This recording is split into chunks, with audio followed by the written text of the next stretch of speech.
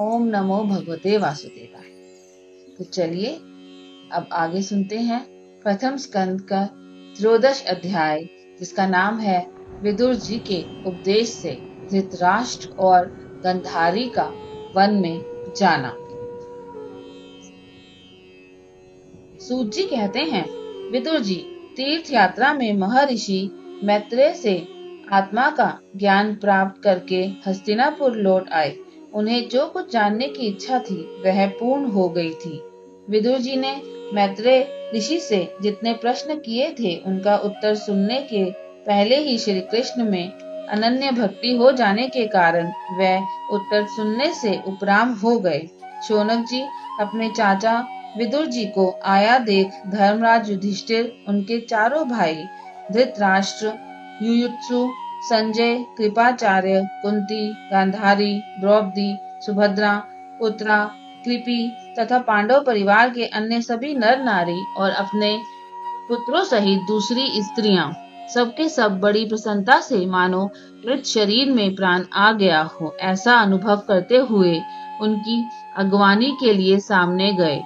यथा योग्य आलिंगन और प्रणामादि के द्वारा सब उनसे मिले और विरह जनित उत्कंठा से कातर होकर सबने प्रेम के आंसू बहाए। युधिष्ठिर ने आसन पर बैठाकर उनका यथोचित सत्कार किया। जब वह भोजन एवं विश्राम करके सुख पूर्वक आसन पर बैठे थे, तब युधिष्ठिर ने विनय से झुककर सबके सामने ही उनसे कहा। युधिष्ठिर ने कहा, चाचा जी, जैसे पक्षी अपने अंडों को पंखों की छाया के नीचे रखकर उन्हें सेते और बढ़ाते हैं, वैसे ही आपने अत्यंत वात्सल्य से अपने कर कमलों की छत्र छाया में हम लोगों को पाला पोसा है। बार बार आपने हमें और हमारी माता को विषदान और लाक्षागृह के दाह आदि विपत्तियों से बचाया है। क्या आप कभी हम लोगों की भी याद करते रहे हैं? आपने पृथ्वी पर विचरण करते समय किस वृत्ति से जीवन निर्वाह किया? आपने पृथ्वी तल पर किन किन तीर्थों और मुख्य क्षेत्रों का सेवन किया? प्रभु, आप जैसे भगवान के प्यारे भक्त स्वयं ही तीर्थ स्वरूप होते हैं। आप लोग अपने हृदय में विराजमान भगवान के द्वारा तीर्थों को भी महातीर्थ बनाते हुए विचरण करते हैं। चाचा जी, आप तीर्थ यात्रा करते हुए द्वारका भी अवश्य ही गए होंगे। वहां हमारे सुहृदय एवं भाई बंधु यादव लोग, जिनके एकमात्र आराध्य देव श्री कृष्ण हैं, अपनी नगरी में सुख से तो है ना? आपने यदि जाकर देखा नहीं होगा तो सुना तो अवश्य ही होगा। युधिष्ठिर के इस प्रकार पूछने पर विदुर जी ने तीर्थों और यदुवंशियों के संबंध में जो कुछ देखा, सुना और अनुभव किया था, सब क्रम से बतला दिया। केवल यदुवंश के विनाश की बात नहीं कही। करुण हृदय विदुर जी पांडवों को दुखी नहीं देख सकते थे, इसलिए उन्होंने ये अप्रिय एवं असह्य घटना पांडवों को नहीं सुनाई, क्योंकि वह तो स्वयं ही प्रकट होने वाली थी। पांडव विदुर जी का देवता के समान सेवा सत्कार करते थे। वह कुछ दिनों तक अपने बड़े भाई धृतराष्ट्र की कल्याण कामना से सब लोगों को प्रसन्न करते हुए सुखपूर्वक हस्तिनापुर में ही रहे। विदुर जी तो साक्षात धर्मराज थे। मांडव्य ऋषि से के शाप से यो 100 वर्ष के लिए शूद्र बन गए थे। इतने दिनों तक यमराज के पद पर अर्यमा थे और वहीं पापियों को उचित दंड देते थे। राज्य प्राप्त हो जाने पर अपने लोकपालों सरीखे भाइयों के साथ राजा युधिष्ठिर वंशधर परीक्षित को देखकर अपनी अतुल संपत्ति से आनंदित रहने लगे। इस प्रकार पांडव गृहस्थ के काम धंधों में रम गए और उन्हीं के पीछे एक प्रकार से यह बात भूल गए कि अनजान में ही हमारा जीवन मृत्यु की ओर जा रहा है। अब देखते देखते उनके सामने वह समय आ पहुंचा जिसे कोई टाल नहीं सकता। परंतु विदुर जी ने काल की गति जानकर अपने बड़े भाई धृतराष्ट्र से कहा, महाराज देखिए, अब बड़ा भयंकर समय आ गया है। झटपट यहाँ से निकल चलिए। हम सब लोगों के सिर पर वह सर्व समर्थ काल मंडराने लगा है, जिसके टालने का भी कहीं भी कोई उपाय नहीं है। काल के वशीभूत होकर जीव का अपने प्रियतम प्राणों से भी बात में वियोग हो जाता है। फिर धन, जन आदि दूसरी वस्तुओं को की तो बात ही क्या है। आपके चाचा, ताऊ, भाई, सगे संबंधी और पुत्र सभी मारे गए। आपकी उम्र भी ढल चुकी है। शरीर बुढ़ापे का शिकार हो गया है। आप पराये घर में पड़े हुए हैं। ओह! इस प्राणी को जीवित रहने की कितनी प्रबल इच्छा होती है। इसी के कारण तो आप भीम का दिया हुआ टुकड़ा खाकर कुत्ते का सा जीवन बिता रहे हैं। जिनको आपने आग में जलाने की चेष्टा की, विष देकर मार डालना चाहा, भरी सभा में जिनकी विवाहिता पत्नी को अपमानित किया, जिनकी भूमि और धन छीन लिए, उन्हीं के अन्न से पले हुए प्राणों को रखने में क्या गौरव है। आपके अज्ञान की हद हो गई कि अब भी आप जीना चाहते हैं, परंतु आपके चाहने से क्या होगा।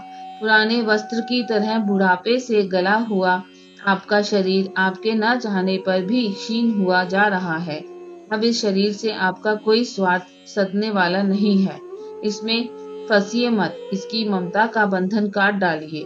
जो संसार के संबंधियों से अलग रहकर उनके अनजान में अपने शरीर का त्याग करता है, वही धीर कहा जाता है। चाहे अपनी समझ से हो या दूसरे के समझाने से। जो इस संसार को दुख रूप समझकर इससे विरक्त हो जाता है और अपने अंतःकरण को वश में करके हृदय में भगवान को धारण कर संन्यास के लिए घर से निकल पड़ता है, वही उत्तम मनुष्य है। इसके आगे जो समय आने वाला है, वह प्राय मनुष्यों के गुणों को घटाने वाला होगा। इसलिए आप अपने कुटुंबियों से छिपकर उत्तराखंड में चले जाइए। जब छोटे भाई विदुर ने अंधे राजा धृतराष्ट्र को इस प्रकार समझाया, तब उनकी प्रज्ञा के नेत्र खुल गए। वह भाई बंधुओं के सुदृढ़ स्नेह प्रपाशों को काटकर अपने छोटे भाई विदुर के बिखलाए हुए मार्ग से निकल पड़े।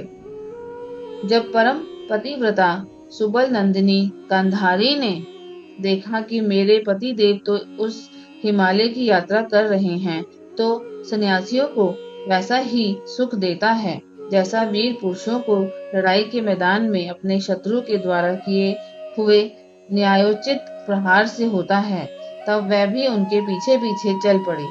अजात शत्रु युधिष्ठिर ने प्रातःकाल संध्या वंदन तथा अग्निहोत्र करके ब्राह्मणों को नमस्कार किया और उन्हें तिल, गौ, भूमि और सुवर्ण का दान दिया।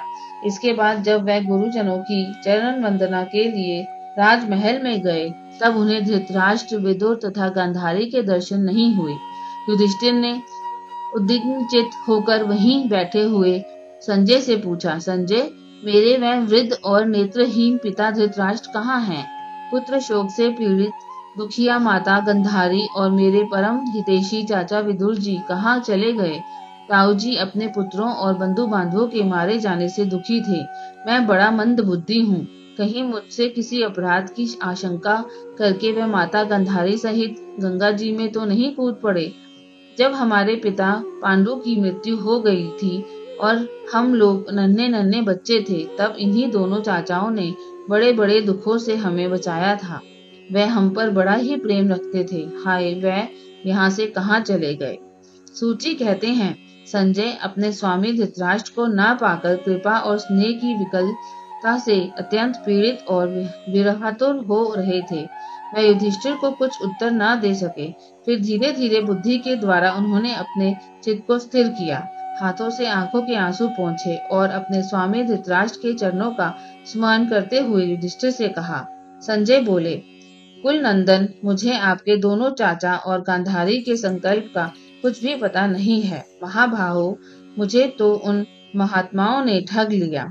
संजय इस प्रकार कह ही रहे थे कि तुम्बुरुक के साथ देवऋषि नारद जी वहां आ पहुंचे। महाराज युधिष्ठिर ने भाइयों सहित उठकर उन्हें प्रणाम किया और उनका सम्मान करते हुए बोले। युधिष्ठिर ने कहा, भगवान, मुझे अपने दोनों चाचाओं का पता नहीं लग रहा है। ना जाने वह दोनों और पुत्र शोक से व्याकुल तपस्विनी माता गंधारी यहाँ से कहाँ चले गए। भगवान, अपार समुद्र में कर्णधार के समान आप ही हमारे पारदर्शक हैं। तब भगवान के परम भक्त भगवंतमय देवऋषि नारद ने कहा, धर्मराज, तुम किसी के लिए शोक मत करो, क्योंकि ये सारा जगत ईश्वर के वश में है।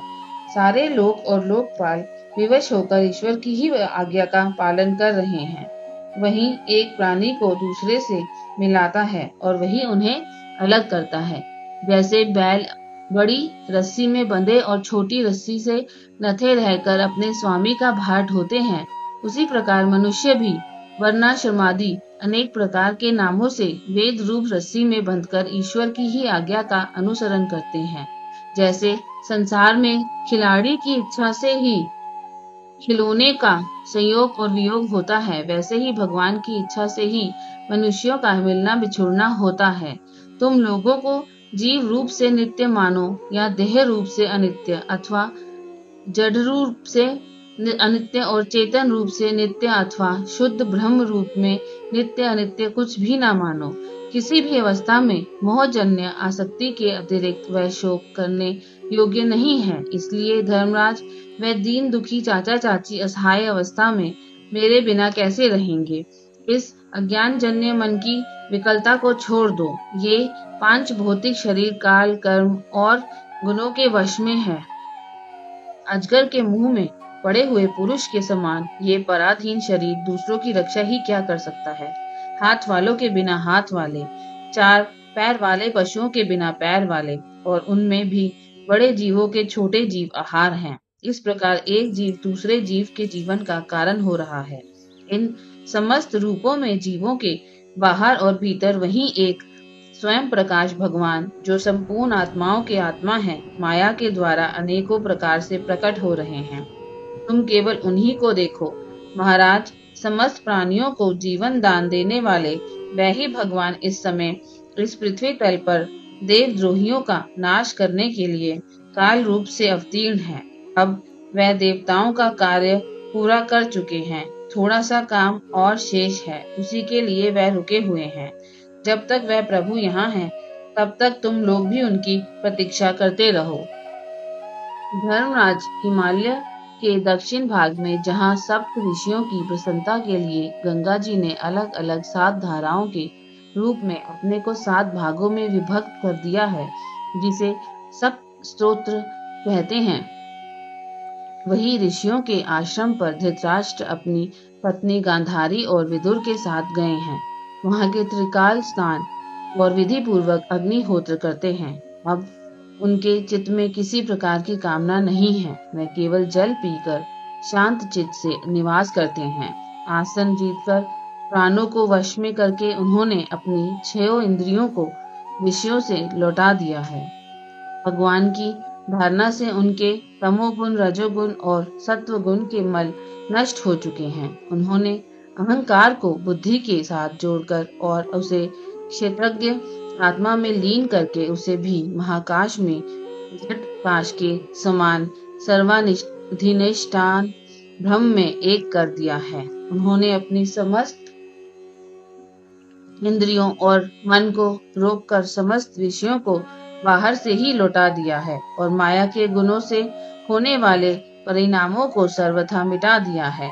समस्त कर्मों का संन्यास करके वह इस समय ठूठ की तरह स्थिर होकर बैठे हुए हैं। अतः तुम उनके मार्ग में विघ्न रूप मत बनना।